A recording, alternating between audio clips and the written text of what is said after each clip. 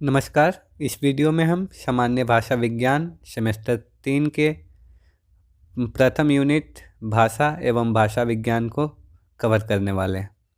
इसमें हम भाषा की परिभाषा व स्वरूप, भाषा की संरचना और उनकी विशेषताएं, भाषा विज्ञान का स्वरूप और उनके अध्ययन की पद्धतियां, भाषा विज्ञान के अध्ययन की उपयोगिता आदि को पढ़ेंगे। तो आइए अब हम भाषा की परिभाषा को देखते हैं। जैसा कि हम जानते हैं, मनुष्य एक सामाजिक प्राणी है। जब ये सामाजिक प्राणी है तो इससे उसका एक दूसरे से संपर्क में आना स्वाभाविक है। संपर्क में आने पर आपस में विचार विनिमय होगा। जिस तरह हम अर्थशास्त्र में देखते हैं वस्तु विनिमय होता है, वस्तु का आदान प्रदान किया जाता है, उसी तरह विचारों का भी आदान प्रदान होता है, जिसे विचार विनिमय हम कह सकते हैं। विचारों का आदान प्रदान जिस साधन से होता है उसे हम भाषा विज्ञान की भाषा में भाषा की संज्ञा दे देते हैं। इसको और स्पष्ट रूप में कहें तो विचार विनिमय के साधन को भाषा कहते हैं। इसी बात को हम इस प्रकार भी कह सकते हैं कि भावाभिव्यक्ति के माध्यम को सामान्य तौर पर भाषा कहा जाता है। भाव को अभिव्यक्त करना यानी अपने विचारों को प्रस्तुत करना भाषा के माध्यम से होता है।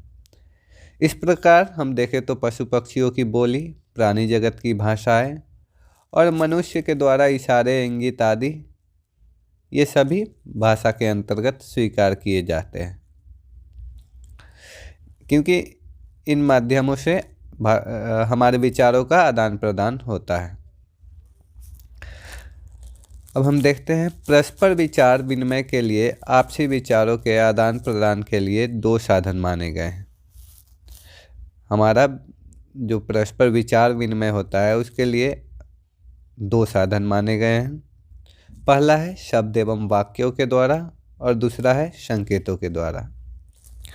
तो भाषा विज्ञान के अंतर्गत हम शब्द एवं वाक्यों के द्वारा जो आदान प्रदान होता है उसे तो अध्ययन करते हैं, लेकिन जो संकेतों के द्वारा होता है इसे हम भाषा विज्ञान के अंतर्गत अध्ययन नहीं करते हैं, क्योंकि इससे हम अपने विचारों को अभिव्यक्त कर सकते हैं, किंतु इसे भाषा के अंतर्गत नहीं लिया जा सकता।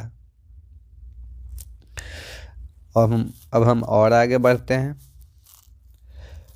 पाणिनि ने भाषा को भाष्य धातु से जोड़कर देखा है, जिसका सामान्य अर्थ है, भाष्य का अर्थ है भाषना, बोलना, कहना इत्यादि। वे कहते हैं भाष्य व्यक्तियाम वाच्य, यानी कि व्यक्ति वाणी का नाम भाषा है, यानी जितना भी कार्य व्यापार है वह भाषा के अंतर्गत ही आते हैं। इसी परिभाषा को महर्षि पतंजलि आगे बढ़ाते हैं। पतंजलि ने पाणिनि की अष्टाध्यायी महाभाष्य में भाषा की परिभाषा करते हुए कहा है, व्यक्ता वाची वर्णा यशा ते इसे व्यक्तवाचा, यानी कि जो वाणी से व्यक्त हो उसे भाषा की संज्ञा दी गई है।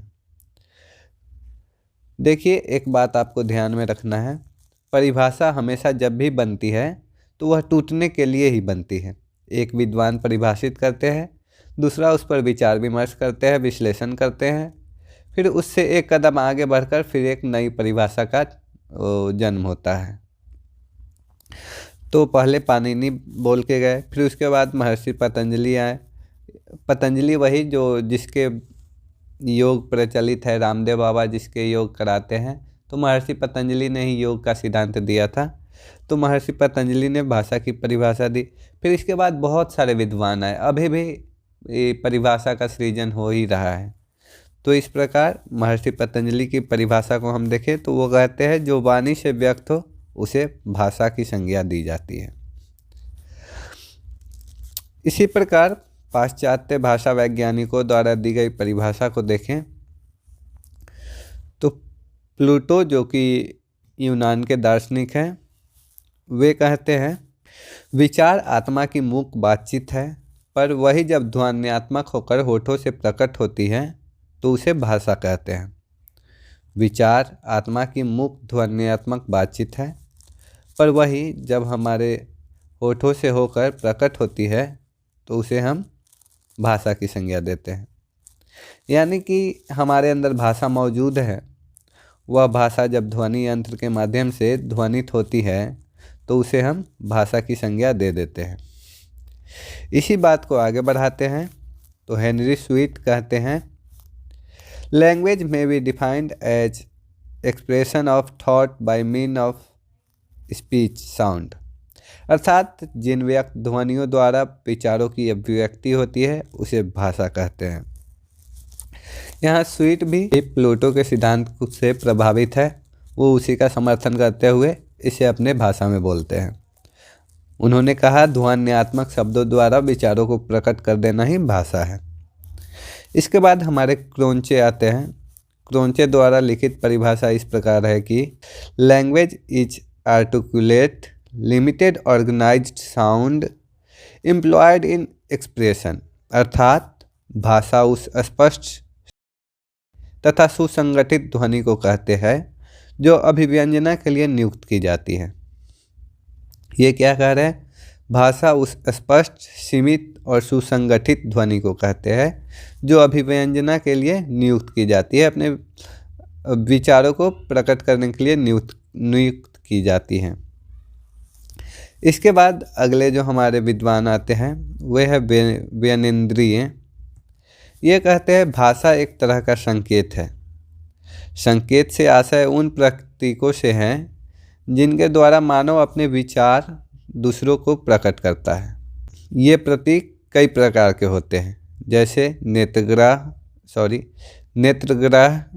कर्णग्रह, स्पर्शग्रह।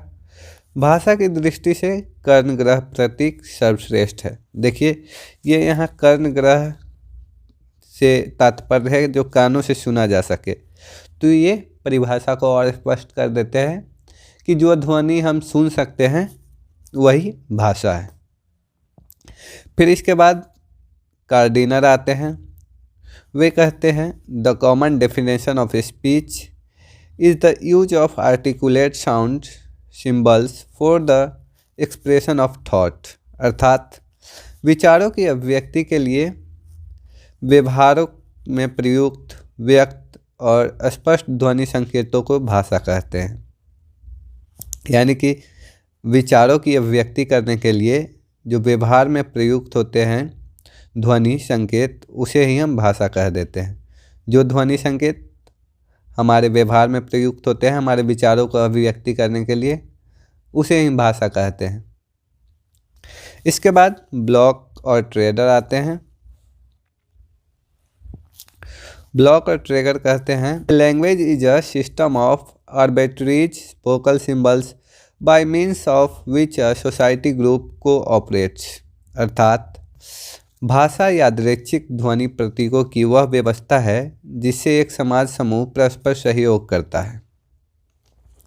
ये कह रहे हैं भाषा यादृच्छिक। यादृच्छिक का मतलब माना हुआ। भाषा माना हुआ ध्वनि प्रतीकों की वह व्यवस्था है जिससे एक सामाजिक समूह परस्पर सहयोग करता है। इसके बाद इंसाइक्लोपीडिया ब्रिटेनिका में लिखा हुआ है भाषा के लिए, भाषा यादृच्छिक ध्वनि प्रतीकों की एक ऐसी पद्धति है जिसके द्वारा मानव समुदाय के एक विशेष सामाजिक सांस्कृतिक परंपरा के लोग विचारों का आदान प्रदान करके अपना काम चलाते हैं। ये क्या कह रहे हैं कि मानव समुदाय के एक विशेष सामाजिक सांस्कृतिक परंपरा के लोग अपने विचारों को आदान प्रदान करने के लिए मानी हुई कुछ विशेष ध्वनि प्रतीकों का प्रयोग करते हैं। ऐसी पद्धति है, उसे हम भाषा कहते हैं। इसके बाद जब हम भारतीय विद्वानों की दी गई भाषा पे आते हैं तो पहले हम देखते हैं पंडित कामता प्रसाद गुरु जी का जो परिभाषा है। पंडित कामता प्रसाद गुरु कहते हैं, भाषा वह साधन है जिसके द्वारा मनुष्य अपने विचार दूसरों पर भली भांति प्रकट कर सकता है और दूसरों के विचार आप स्पष्ट समझ सकते हैं। देखिए, कामता प्रसाद गुरु जी की जो परिभाषा है ये भी पाश्चात्य में जितने भी विद्वानों ने परिभाषा दिया उसका समाहार है। भाषा वह साधन है जिसके द्वारा मनुष्य अपने विचार दूसरों पर भली भांति प्रकट कर सकता है और दूसरों के विचार आप स्पष्ट समझ सकते हैं। इसके बाद हमारे डॉक्टर मंगलदेव शास्त्री आते हैं। मंगलदेव शास्त्री की भाषा की परिभाषा को देखें तो वो कहते हैं भाषा मनुष्य की उस चेष्टा या व्यापार को कहते हैं जिससे मनुष्य अपने उच्चारण उपयोगी शरीर अवयवों से उच्चारण किए गए वर्णात्मक या व्यक्त शब्दों द्वारा अपने विचारों को प्रकट करता है। देखिए, बहुत अच्छी परिभाषा है, इसको ध्यान से सुनिए। भाषा मनुष्य की उस चेष्टा या व्यापार को कहते हैं जिससे मनुष्य अपने उच्चारण करने वाले उपयोगी शरीर के अवयव मतलब अंग, उच्चारण उपयोगी अवयव में जैसे हो गया जीभ, दांत, ओष्ठ आदि से उच्चारण किए गए वर्णात्मक या व्यक्त शब्दों द्वारा अपने विचारों को प्रकट करता है। इसके बाद डॉक्टर भोलानाथ तिवारी आते हैं। इनकी परिभाषा है भाषा उच्चारण अवयव से उच्चरित यादृच्छिक ध्वनि प्रतीकों की एक व्यवस्था है जिसके द्वारा समाज विशेष के लोग आपस में विचारों का आदान प्रदान करते हैं। ये क्या कह रहे हैं? भाषा उच्चारण अवयव से उच्चरित यादृच्छिक ध्वनि प्रतीकों की वह व्यवस्था है जिससे समाज विशेष के लोग आपस में विचार विनिमय करते हैं। यानी कि हम अपने उच्चारण अवयव, जितने भी हमारे उच्चारण के अंग है जिससे हम उच्चारण कर सकते हैं, उनसे जो उच्चरित ध्वनि है, जो मानी हुई एक विशेष ध्वनि है, उस व्यवस्था को जिससे समाज अपना विचार विनिमय करता है, उसे हम भाषा कहते हैं भोलानाथ तिवारी की भाषा में। इस प्रकार हम सभी पाश्चात्य विद्वान तथा भारतीय विद्वान की परिभाषा को देखते हुए हम कह सकते हैं कि भाषा मुख्य प्रयत्न विशेष से उत्पन्न या निश्रित वह ध्वनि समूह है जिसे समाज विशेष के लोग आपस में विचार विनिमय के लिए व्यवहार में लाते हैं। तो ये थी भाषा की परिभाषा। अब हम भाषा की विशेषता को देखते हैं। मैं आपको 15 विशेषताएं बता देता हूँ। अगर आपके परीक्षा में भाषा की विशेषता से प्रश्न आ जाए तो आपको जितनी याद रहे उतना आप डिस्क्राइब करके लिख सकते हैं। हमारी जो पहली विशेषता है वो है भाषा पैतृक संपत्ति या बपौती नहीं है। पैतृक संपत्ति का मतलब है जो हमारे पूर्वजों से चलता आ रहा हो, जैसे कि कोई अगर घर, जमीन, जायदाद, कोई भी संपत्ति है जो हमारे दादा से हमारे पिता को मिल रहा है, पिता से हमें मिल रहा है, तो भाषा वैसी संपत्ति नहीं है। यह उत्तराधिकार को प्राप्त नहीं होती है, अपितु यह अर्जित की जाती है। भाषा जन्म से ही प्राप्त नहीं होती, बल्कि मनुष्य उसका अनुकरण और अभ्यास से सीखता है। बच्चे बड़ों का अनुकरण करते हैं और भाषा को सीखते हैं। उसके बाद हमारी जो दूसरी विशेषता है वो है भाषा अर्जित संपत्ति है। यानी कि मातृभाषा माँ से बच्चों को अवश्य प्राप्त होती है, परंतु बच्चा उसे सीखने का प्रयत्न करता है। जिस प्रकार बच्चा अपने शारीरिक अंग को लेकर जन्म लेता है, नाक उसके पास रहते हैं, लेकिन उसके पास भाषा नहीं रहता है, भाषा का वो अर्जन करता है, वो सीखता है। तो इस प्रकार हम कह सकते हैं भाषा एक अर्जित संपत्ति है। समाज में लगातार भाषा सीखने की प्रक्रिया अनजाने रूप से चलती रहती है। अरस्तु कहते हैं कि अनुकरण मनुष्य का सबसे बड़ा गुण है, वही भाषा सीखने में इस्तेमाल होता है। इसके बाद जो हमारी तीसरी विशेषता है वो है भाषा अद्यांत है। यानी कि अद्यांत का मतलब होता है आदि से अंत तक। भाषा अद्यांत सामाजिक वस्तु है। यानी भाषा की उत्पत्ति, विकास, उपयोग सब समाज में ही होता है। भाषा का उत्पत्ति समाज में ही होता है, उसका विकास भी समाज में ही होता है, उसका उपयोग भी समाज के लोग ही करते हैं। बच्चा भाषा सीखना प्रारंभ माँ से करता है, किंतु उसके बाद वह समाज से सीखने लगता है, क्योंकि उसे समाज के साथ व्यवहार करना होता है। समाज के बिना भाषा की कल्पना निरर्थक है। भाषा समाज से व्यक्ति को जोड़ने वाली एक महत्वपूर्ण कड़ी है। इसके बाद जो हमारी चौथी विशेषता है वो है चिर परिवर्तनशील। भाषा चिर परिवर्तनशील रहती है, यानी कि वो सदैव बदलती रहती है। भाषा का कोई रूप स्थिर या अंतिम नहीं होता है। उदाहरण के लिए अगर देख लें तो जैसे दुग्ध होता है, ये तत्सम में दुग्ध होता है और ये तद्भव होते हुए दूध बन जाता है। तो भाषा हमेशा अपने समय के अनुसार अलग अलग समाज भौगोलिक अवस्था में यह बदलती रहती है। जैसे हम एक और उदाहरण में देख लें तो संस्कृत में एक शब्द है हस्त, यह प्राकृत में आके हाथ हो जाता है, वही जब हिंदी में आता है तो हाथ बन जाता है। तो इस प्रकार हम कह सकते हैं कि भाषा चिर परिवर्तनशील है। हमारी जो पांचवी विशेषता है वह है भाषा का अर्जन अनुकरण द्वारा किया जाता है। इसके बारे में मैं अभी दूसरी विशेषता में भी बताया कि अर्जित संपत्ति है, इसका अर्जन अनुकरण द्वारा किया जाता है। जैसे अरस्तु कहते हैं कि अनुकरण मनुष्य का सबसे बड़ा गुण है, वही गुण भाषा सीखने में भी मनुष्य इस्तेमाल करता है। जब बच्चा जन्म लेता है तो वो अपने से बड़े लोगों को देखकर उनका अनुकरण करता है, हर चीज़ में अनुकरण करता है, हाव भाव, आचार विचार। जिस प्रकार बच्चा देखता है कि उसके पिता ऑफिस जाते हैं तो वो बैग लेकर जाते हैं, तो जब उसके पिता ऑफिस से आएंगे तो बच्चा वो बैग लेकर उसी प्रकार जाने की मतलब चेष्टा करता है, दिखाता है कि मैं भी अब बड़ा हो रहा हूँ, तो वो अनुकरण करता है। इसी प्रकार भाषा का भी अनुकरण करके वो सीखता है। जैसे बच्चा कोई जन्म लेता है तो वो पहले माँ बोलना सीखता है, अब सब उसे माँ माँ कहते हैं तो फिर वो माँ बोलना सीख जाता है, वो माँ बोलने की चेष्टा करता है, फिर माँ माँ माँ करके माँ बोलना सीख जाता है।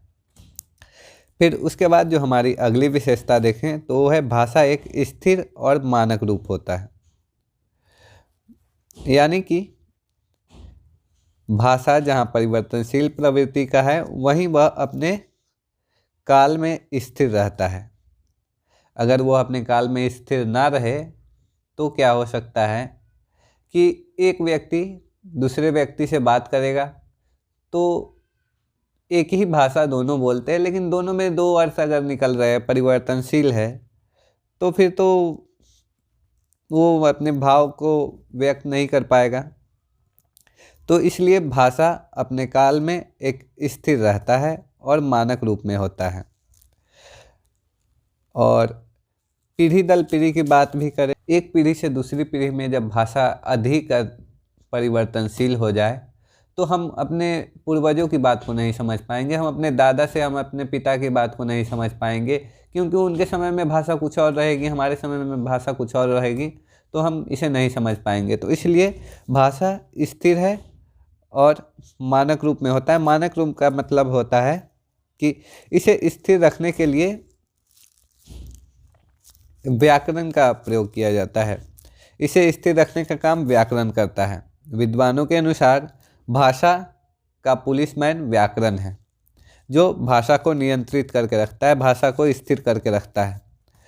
अपने व्याकरण के आधार पर जब भाषा परिनिष्ठ बनती है तब उसे आदर्श या मानक भाषा कहा जाता है। जब भाषा में व्याकरणिक त्रुटियां नहीं रहती है तब वह भाषा मानक भाषा माना जाता है। मानक भाषा का उद्देश्य यही है कि भाषा को स्थिर रखता है, जिससे भाषा अत्यधिक परिवर्तनशील ना हो, जिससे हम अपने पूर्वजों की बातों को समझ पाए, अपने समाज में और लोगों की बातों को समझ पाए। अगर एक ही समाज में अलग अलग लोग एक ही चीज़, एक ही वस्तु को अलग अलग नाम से जानेंगे तो फिर हम उसे कैसे जान पाएंगे? तो इस तरह से हमारी भावाव्यक्ति नहीं हो पाएगी। तो इसलिए भाषा एक स्थिर और मानक रूप में होता है। इसके बाद हमारी जो सातवीं विशेषता है वो है भाषा का कोई अंतिम स्वरूप नहीं है। भाषा हमेशा परिवर्तनशील रहता है, जैसा कि अभी मैंने बताया था दूध का दूध हो गया, तो इस प्रकार भाषा हमेशा परिवर्तनशील रहता है, इसका कोई अंतिम रूप नहीं है। सिक्का टकसाल से बनकर निकलता है और वो घिसता जाता है, जितना उसका प्रयोग होता है, मार्केट में वो घिसता जाता है। उसी प्रकार भाषा में भी शब्दों का घिसाव निरंतर चलता रहता है। नए शब्द भाषा में जुड़ते हैं, कई शब्द उससे निकलते हैं, तो भाषा का कोई अंतिम रूप नहीं है। उसके बाद हमारी जो 8वीं विशेषता है, भाषा परंपरागत वस्तु है। जैसा कि हमने दूसरी विशेषता में देखा कि भाषा को हम अर्जन करते हैं, ये हमारे पिता से नहीं मिला है, हमारे दादा से नहीं मिला है, लेकिन ये परंपरागत वस्तु है। यानी कि हमारे दादा से हमारे पिता को सीखने को मिला, हमारे पिता से हमें सीखने को मिला, ये परंपरा के अनुसार चला आ रहा है। ये पैतृक संपत्ति नहीं है, क्योंकि जिस प्रकार कोई धन राशि है वो हमारे पिता का है तो वो हमें मिलेगा बिना किसी परिश्रम के, बिना किसी मेहनत के। लेकिन भाषा के लिए हमें सीखना पड़ेगा, उसका अनुकरण करना पड़ेगा। किसी बच्चे को अगर बचपन से ही समाज से अलग रखा जाए, एक कमरे में बंद कर दिया जाए, तो वो कभी भी बोलना नहीं सीख पाता है। तो हम अर्जन करते हैं भाषा को, लेकिन ये परंपरागत रूप से होता है। जैसे हमारे दादा जो बोलते थे वही हमारे पिता उसका अर्जन किए और उसे सीखे, तो ये परंपरा के रूप में चला आ रहा है, पिता से हम सीखे। तो भाषा एक परंपरागत वस्तु है। उसके बाद जो हमारा 9वीं विशेषता है वो है भाषा सामाजिक दृष्टि से स्तरित वस्तु है। यानी कि भाषा एक समाज में अलग अलग लोगों की अलग अलग भाषा की उत्कृष्टता हो सकती है। जैसे कोई बच्चा अभी सीखा है तो वो तुतलाकर बोलता है, उसकी भाषा, बच्चे की भाषा परिपक्व व्यक्ति की भाषा से अलग होगी। वैसे ही उसी समाज में कोई अशिक्षित व्यक्ति है और कोई शिक्षित व्यक्ति है, दोनों की भाषा में भिन्नता आ जाएगी। जैसे हम कहानी, नाटक ये सब पढ़ते हैं तो इसमें पात्रानुकूल भाषा की बात आती है। तो वो यही बात है कि भाषा सामाजिक दृष्टि से स्तरीय वस्तु है। यानी कि अलग अलग स्तरों के लोगों के भाषा में भिन्नताएं पाई जाती हैं। इसके बाद हम 10वीं विशेषता की बात करें तो प्रत्येक भाषा की एक भौगोलिक सीमा होती है। जैसे एक कहावत भी है कि 4 कोस पर पानी बदले 8 कोस पर वाणी। यानी कि जैसे भौगोलिक सीमा बदलती है उस तरह से भाषा भी बदलती है। अब हम अपने देश में कोई और भाषा बोलते हैं, देश तो दूर की बात है, हम अपने राज्य में कोई और भाषा बोलते हैं, हमारे पड़ोसी राज्य में कोई और भाषा बोली जाती है। तो ये भौगोलिक सीमा के अनुसार भाषा बदल जाता है। इसके बाद हमारी जो 11वीं विशेषता है वो है प्रत्येक भाषा की एक ऐतिहासिक सीमा भी है। ऐतिहासिक सीमा की बात करें तो आपको अगर याद होगा तो पहले वैदिक संस्कृत आया, उसके बाद लौकिक संस्कृत आया, उसके बाद प्राकृत, पाली। इस तरह से भाषा अपने ऐतिहासिक पृष्ठभूमि के अनुसार बदलता गया, एक निश्चित समय काल के अनुसार वह बदलता गया। तो इस प्रकार हम कह सकते हैं कि भाषा की एक ऐतिहासिक सीमा होती है। उसके बाद हमारी जो 12वीं विशेषता है, प्रत्येक भाषा की अपनी अलग संरचना होती है।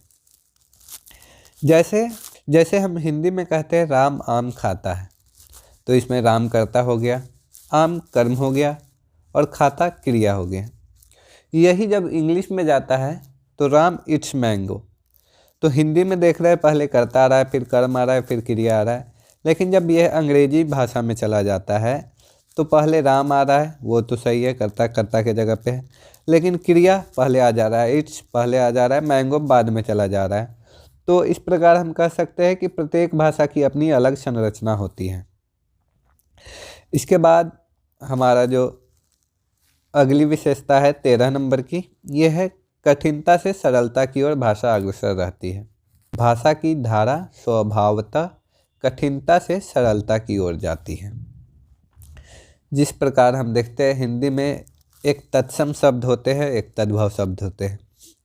जैसे अग्नि है, ये तत्सम है, अब इसका तद्भव हो जाता है तो आग हो जाता है। क्षेत्र है, उसको खेत बना दिए हैं। तो भाषा जब कठिन लगता है तो समाज उसे अपने तरीके से बोलकर उसके रूप में परिवर्तन कर देता है जो उसे सरल लगे। अब क्षेत्र बोलते थे उसको खेत बोलने लगे, अग्नि को आग बोलने लगे, वृक्ष को पेड़ बोलने लगे। तो इस तरह से भाषा सरलता की ओर अग्रसर रहती है, कठिनता से सरलता की ओर। इसी का एक रूप है तत्सम से तद्भव भाषा में होता है। फिर इसके बाद हम 14वीं विशेषता को देखें तो भाषा अप्रौढ़ता से प्रौढ़ता की ओर जाती है, स्थूलता से सूक्ष्मता की ओर। यानी कि जब हम बच्चों की भाषा को देखते हैं तो उसे परिपक्व व्यक्ति की तुलना करेंगे तो दोनों की भाषा में बहुत ज़मीन आसमान का फर्क मिलेगा। बच्चा जब परिपक्व होने लगता है तो उसकी भाषा में प्रौढ़ता आने लगती है, वो अपने भाषा को सुधारने लगता है। वहीं आदि मानव की तुलना में सभ्य मानव की तुलना करेंगे तो आदि मानव की भाषा कैसी थी और अभी के जो मानव है, सभ्यता जब आ गई तब की भाषा कैसी है। वैसे ही ये तो दूर की बात हो गई। जब हम भारतेंदु काल के खड़ी बोली की बात करते हैं, उसकी रूप आज को देखेंगे, इसमें तुलना करेंगे तो देखते हैं ये अप्रौढ़ता से प्रौढ़ता की ओर अग्रसर है। भाषा निरंतर विकसित होता रहता है। इसकी 15वीं विशेषता को देखें तो भाषा एक सहज व नैसर्गिक प्रक्रिया है। जिस प्रकार जब बच्चा जन्म लेता है वो भाषा को अर्जित करता है तो भाषा के अर्जन में उसे कुछ विशेष श्रम की आवश्यकता नहीं होती, बस वो प्रयत्न करता है बोलने की दूसरों को देखकर और वो सीखता जाता है। उसे अलग से एनर्जी खर्च करने की ज़रूरत नहीं होती, बच्चे को सीखने के क्रम में श्रम की शक्ति नहीं लगानी पड़ती। तो इस प्रकार हम कह सकते हैं कि भाषा सहज व नैसर्गिक प्रक्रिया है। इसके बाद हमारा जो अगला टॉपिक है वो है भाषा की संरचना।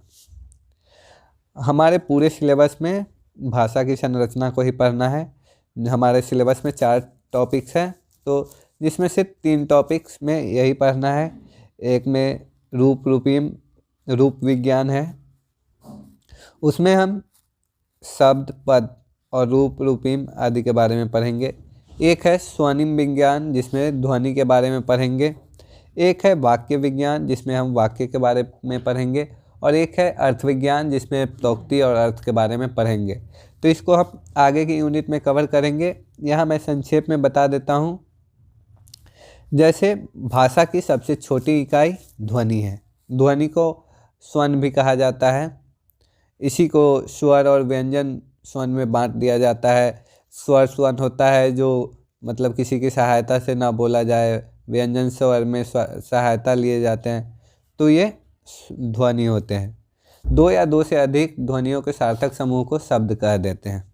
जब 2 या 2 से अधिक शब्द मिलकर एक सार्थक समूह बनाते हैं तो वो पद बन जाते हैं। जब 2 पद मिलते हैं या फिर 2 से अधिक पद मिलते हैं तो वो सार्थक रूप लेकर एक वाक्य बन जाता है। वाक्य से प्रोक्ति होती है और प्रोक्ति से अर्थ स्पष्ट होता है। तो इस प्रकार हम भाषा की संरचना को देखते हैं। भाषा पढ़ रहे थे, भाषा की परिभाषा देखें, भाषा की विशेषताएं देखें, भाषा की संरचना को देखें।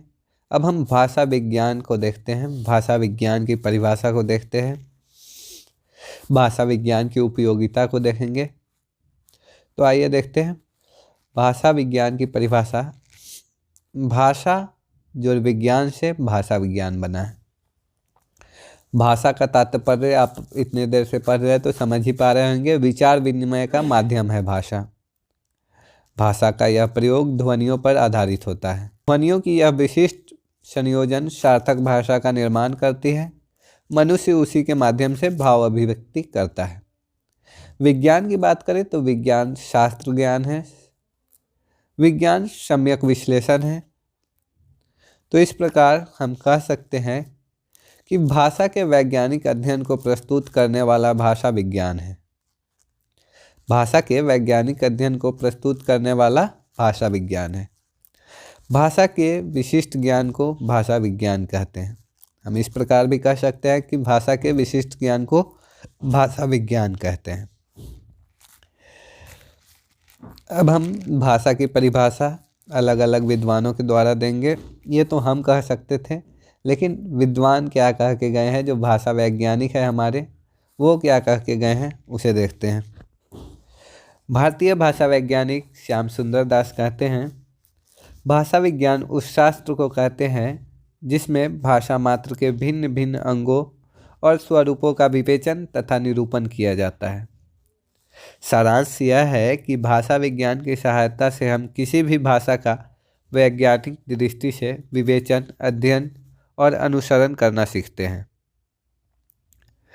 यहाँ श्याम सुंदर दास विवेचन और निरूपण पर बल दे रहे हैं और इसे शास्त्र घोषित कर रहे हैं।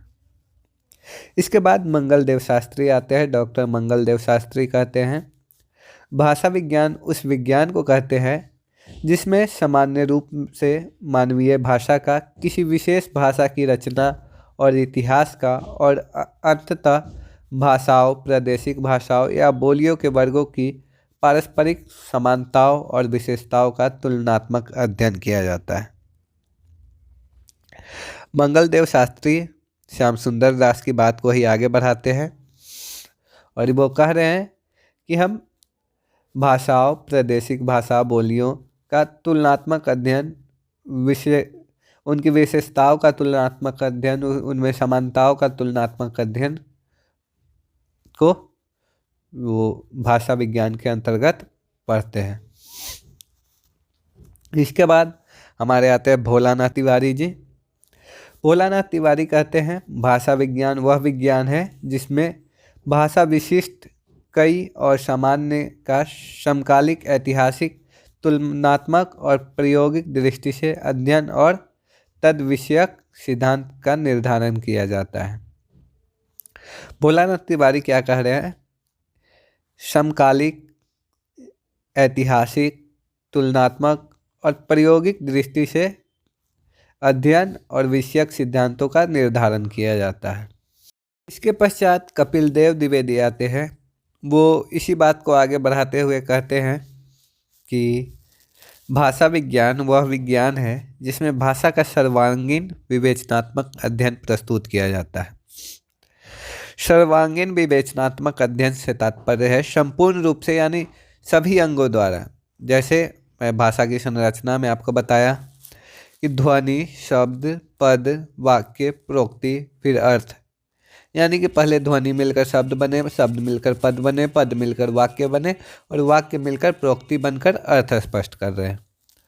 तो इसी के विवेचनात्मक अध्ययन को प्रस्तुत करना भाषा विज्ञान है, ऐसा कपिल देव द्विवेदी कहते हैं। इसके बाद आते हैं बाबूराव सक्सेना। डॉक्टर बाबूराव सक्सेना कहते हैं, भाषा तत्वों का अध्ययन भाषा विज्ञान कहलाता है, यानी कि भाषा के तत्वों का अध्ययन भाषा विज्ञान कहते हैं। इसके बाद डॉक्टर अंबा प्रसाद सुमन आते हैं। वो कहते हैं, भाषा विज्ञान वह विज्ञान है जिसमें भाषाओं का सामान्य रूप से या किसी एक भाषा का विशिष्ट रूप से प्रकृति, संरचना, इतिहास, तुलना, प्रयोग आदि की दृष्टि से सिद्धांत निश्चित करते हुए वैज्ञानिक अध्ययन प्रस्तुत किया जाता है। एक बार और सुनिएगा ये क्या कह रहे हैं। भाषा विज्ञान वह विज्ञान है जिसमें भाषाओं का सामान्य रूप से या किसी एक भाषा का विशिष्ट रूप से प्रकृति, संरचना, इतिहास, तुलना, प्रयोग आदि की दृष्टि से सिद्धांत निश्चित करते हुए वैज्ञानिक अध्ययन प्रस्तुत किया जाता है। यानी कि किसी भी भाषा की विशिष्ट रूप में प्राकृतिक, संरचना, इतिहास, तुलना, प्रयोग आदि की दृष्टि से उसमें जब हम सिद्धांत की निश्चित करते हुए वैज्ञानिक अध्ययन करते हैं तो उसे भाषा विज्ञान कहते हैं। इसके बाद हम पाश्चात्य वैज्ञानिकों के परिभाषा को देखते हैं। इंसाइक्लोपीडिया ऑफ ब्रिटेनिका में लिखा हुआ है कि भाषा विज्ञान का अर्थ भाषा का विज्ञान है, भाषा की संरचना और उसके विकास का विश्लेषण, विवेचन उसका कार्य है। यानी कि इसमें बताया गया है कि भाषा विज्ञान के अंतर्गत हम भाषा की संरचना और उसके विकास के विश्लेषण का अध्ययन करते हैं। वहीं डॉक्टर गुने कहते हैं, भाषा विज्ञान भाषाओं का विशिष्ट और साहित्यिक दृष्टि से अध्ययन है। इसमें विश्व साहित्य का अध्ययन कर विभिन्न वर्गों के भाषाओं की वर्गीय समानता तथा असमानताओं का अध्ययन प्रस्तुत किया जाता है। इस प्रकार भारतीय तथा पाश्चात्य भाषा वैज्ञानिकों के अनुसार हमें एक परिभाषा निर्धारित करनी हो तो हम कह सकते हैं कि भाषा विज्ञान वह विज्ञान है जिसमें मनुष्य द्वारा प्रयुक्त एवं व्यक्त वाक्य ध्वनि का पूर्णतः वैज्ञानिक अध्ययन विवेचन विश्लेषण प्रस्तुत किया जाता है। तो ये थी भाषा विज्ञान की परिभाषा। अब हम भाषा विज्ञान की उपयोगिता को देखते हैं। भाषा विज्ञान के क्या उपयोग है इसे देखते हैं। पहली उपयोगिता में हम बता सकते हैं ज्ञान पिपासा की शांति। भाषा हमारी भाषा विषयक जिज्ञासाओं को शांत करता है। ज्ञान की वृद्धि मानव मात्र का कर्तव्य है। भाषा हमारे जीवन का एक अभिन्न अंग है। उसके विषय में विस्तृत जानकारी प्रत्येक मानव के लिए अनिवार्य है। अतएव आचार्य पतंजलि ने षडंग वेद के अध्ययन की अनिवार्यता पर बल देते हुए कहा है कि ब्राह्मण को निष्काम भाव से षडंग वेद का अध्ययन करना चाहिए। यह ज्ञान पिपासा की शांति हमें बौद्धिक और मानसिक शांति प्रदान करती है। इसके बाद जो हमारी दूसरी उपयोगिता है वो है भाषा के परिष्कृत रूप का ज्ञान। भाषा विज्ञान के द्वारा भाषा का सूक्ष्मतम अध्ययन किया जाता है। भाषा विज्ञान के द्वारा ध्वनियों, वर्णों, प्रकृति, प्रत्यय और अर्थ का वास्तविक ज्ञान प्राप्त होता है, जिससे शुद्ध अर्थ का बोध होता है। उच्चारण की शुद्धता आती है और भाषा के परिष्कृत रूप के साथ वाग ब्रह्म साक्षात्कार होता है। तीसरी जो हमारी उपयोगिता है वो है भाषा विज्ञान से वैज्ञानिक अध्ययन की ओर प्रवृत्ति। भाषा विज्ञान के द्वारा भाषा के सूक्ष्म अध्ययन की ओर मानव की प्रवृत्ति ही नहीं होती, अपितु उसका दृष्टिकोण विज्ञानमूलक हो जाता है। वह प्रत्येक वस्तु के तत्वदर्शन और तत्वज्ञान की ओर अग्रसर होता है। किसी भी विज्ञान का शास्त्र का तत्वदर्शन और तत्वज्ञान की ओर अग्रसर होता है। किसी भी विज्ञान या शास्त्र का तत्वदर्शन मानव का लक्ष्य है। इसके बाद चौथी जो हमारी उपयोगिता है भाषा विज्ञान की वो है वेदार्थ ज्ञान में सहायक। वेदों के वास्तविक अर्थ के ज्ञान में भाषा विज्ञान और तुलनात्मक अध्ययन ने विशेष योगदान किया है। लैटिन, ग्रीक, अवेस्ता आदि भाषाओं के अध्ययन ने अनेक वैदिक शब्दों का अर्थ स्पष्ट किया है। इसके बाद जो हमारी पांचवी उपयोगिता है वो है प्राचीन संस्कृति और सभ्यता का ज्ञान। प्राचीन काल की संस्कृति और सभ्यता के ज्ञान में भाषा विज्ञान का योगदान अत्यंत महत्वपूर्ण है। भाषा शास्त्री के लिए भाषा के प्रत्येक शब्द बोलते हुए प्राणी हैं और वे अपना परिचय स्वयं देते हैं। इन शब्दों के सूक्ष्म अध्ययन से उस समय की संस्कृति और सभ्यता का ज्ञान होता है। प्रागैतिहासिक काल की संस्कृति के ज्ञान का साधन एकमात्र भाषा विज्ञान है। आर्य जाति, द्रविड़ जाति, प्राचीन मिस्र और असीरियाई की जातियों की संस्कृति का बोध भाषा विज्ञान के द्वारा ही हुआ है। इसके बाद जो हमारी अगली उपयोगिता है वो है विविध भाषा ज्ञान। भाषा विज्ञान की सहायता से अनेक भाषाओं का ज्ञान सरलता से प्राप्त किया जा सकता है। इस विषय में स्वनिम विज्ञान हमारा विशेष सहायक होता है। इसके बाद जो हमारी उपयोगिता है वो है विश्व बंधुत्व भावना का प्रेरक। भाषा विज्ञान विश्व की प्रमुख भाषाओं का ज्ञान कराकर हमारे अंदर अंतर्व्याप्त संकीर्ण भावनाओं को दूर करता है। अनेक भाषाओं के साथ संबंध का ज्ञान होते ही उनसे आत्मीयता की अनुभूति होती है। जैसे यह ज्ञात होते कि संस्कृत उसी परिवार की भाषा है जिस परिवार के अंग लैटिन, ग्रीक, अंग्रेजी, जर्मन, फ्रेंच, रूसी, अवेस्ता, फारसी आदि भाषाएं हैं। हमारी आत्मीयता इन भाषाओं के साथ हो जाती है और हम इन्हें अपने परिवार का अंग समझने लगते हैं। इस प्रकार यह विश्व बंधुत्व की भावना फैलाती है। इसके बाद जो हमारी आठवीं उपयोगिता है वो है साहित्य ज्ञान का सहायक। भाषा विज्ञान भाषा के सूक्ष्म अर्थों का विश्लेषण करता है। इसका अर्थ विज्ञान अंग अर्थ विकास की कहानी प्रस्तुत करता है। इससे न केवल शब्दों का अर्थ ज्ञात होता है अपितु उनमें छिपी हुई काव्य की आत्मा ध्वनि की प्रस्फुति होती है। हमारी जो 9वीं उपयोगिता है वो है व्याकरण दर्शन। भाषा विज्ञान व्याकरण का व्याकरण है। व्याकरण के नियमों का क्या दार्शनिक आधार है, इसका निरूपण भाषा विज्ञान करता है। शब्द और अर्थ का संबंध, प्रकृति और प्रत्यय का मौलिक, पद विभाजन का आधार आदि बातों का विवेचन दार्शनिक दृष्टि से भाषा विज्ञान करता है। इसके बाद 10वीं उपयोगिता में हम बता सकते हैं वाक चिकित्सा। चिकित्सा शास्त्र की दृष्टि से भाषा विज्ञान एक आवश्यक अंग माना जाता है। तुतलाना, हकलाना, अशुद्ध उच्चारण, अशुद्ध या अस्पष्ट श्रवण आदि दोषों को दूर करने के लिए पाश्चात्य जगत में वाक चिकित्सा को विशेष महत्व दिया जा रहा है। भाषा वैज्ञानिक यह बताने में समर्थ होता है कि किस दोष के कारण अमुक व्यक्ति स्पष्ट बोलने में असमर्थ है या किस उपचार से उस रोग को ठीक किया जा सकता है। इसके बाद जो हमारी 11वीं उपयोगिता है वो है संचार साधनों का उपयोगी सहायक। दूर संचार तथा यांत्रिक प्रतीकात्मक अनुवाद के लिए भाषा विज्ञान की सहायता ली जाती है। भाषा विज्ञान के संकेतों के द्वारा दूर संचार पद्धति के लिए आवश्यक संकेत उपलब्ध होते हैं। इसके बाद जो हमारी 12वीं उपयोगिता है वो है भाषिक यंत्रीकरण में सहायता। भाषा विज्ञान भाषा विषयक यंत्रों के निर्माण में विशेष सहयोगी है। Typewriter, teleprinter, audio visual आदि के विकास में विशेष सहयोगी है। भाषा विज्ञान इनके लिए शुद्ध और उपयोगी संकेत चिन्ह प्रदान करता है। इसके बाद जो हमारी अगली उपयोगिता है वो है लिपि विकास में सहायक। भाषा विज्ञान सांकेतिक लिपि के उन्नयन के द्वारा लिपियों में संशोधन, परिवर्तन और परिवर्धन करने में सहायक होता है। 14वीं विशेषता की अगर हम बात करें तो वो है विभिन्न शास्त्रों में समन्वय।